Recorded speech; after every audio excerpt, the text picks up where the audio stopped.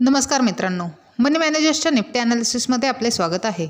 फ्रायडेला Nifty gap down open झाली 25,010ला आणि 5 मिनिटमध्येच 24,907चा low बनवून अपसाईडला मूव्ह केले 24,993पर्यंत आणि पुन्हा डाऊन मूव्ह घेत साधारण 10:15ला लो ब्रेक केला आणि 24,806चा नवीन लो बनवला.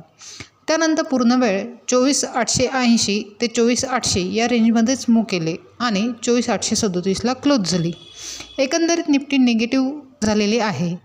डेली टाईम फ्रेममध्ये बघितले तर निफ्टीने 12 मेपासून 25 जूनपर्यंत जी रेंज बनवलेली होती 25,200 ते 24,400 या रेंजमध्ये पुन्हा आलेली आहे. आता 24,730 हा एक सपोर्ट आहे. तो जर ब्रेक झाला तर निफ्टी पुन्हा 24,400पर्यंत जाण्याची शक्यता आहे. आता 30 मिनिट टाईम फ्रेममध्ये बघितले तर 24,920 आणि 24,730 या दोन महत्त्वाच्या लेवल्स आहेत. जर लेवल ब्रेक झाली आणि 5 मिनिटची कॅन्डल कोणत्याही एका बाजूला सस्टेन राहिली तर त्या बाजूचा ट्रेड चांगला होऊ शकतो. 5 मिनिट टाईम फ्रेममध्ये बघितले तर निफ्टीने 24,800 होल्ड केलेले आहे.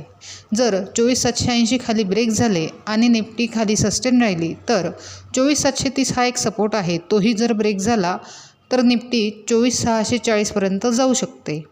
आणि जर निफ्टीने 24,920 अपसाईडला क्रॉस केले आणि वरती सस्टेन राहिली तर 25,000 पहिले टार्गेट आणि 25,150 दुसरे टार्गेट हिट होऊ शकते. परंतु एकंदरीत निफ्टी निगेटिव्ह आहे. तरी 24,800 स्ट्रॉंग वॉल आहे. ती जर ब्रेक झाली तरच फॉल होऊ शकतो. नाहीतर निफ्टी कुठेच मूव्ह न होता कन्सॉलिडेट करत थिटा डिके होऊ शकतो. त्यामुळेच ट्रेड करताना प्राईस ॲक्शननुसार आणि डेटा काय तयार होत आहे त्यानुसारच करावा. अशाच निफ्टीच्या ॲनालिसिससाठी चॅनल सबस्क्राईब करा. तसेच व्हिडिओ लाईक आणि शेअर करा.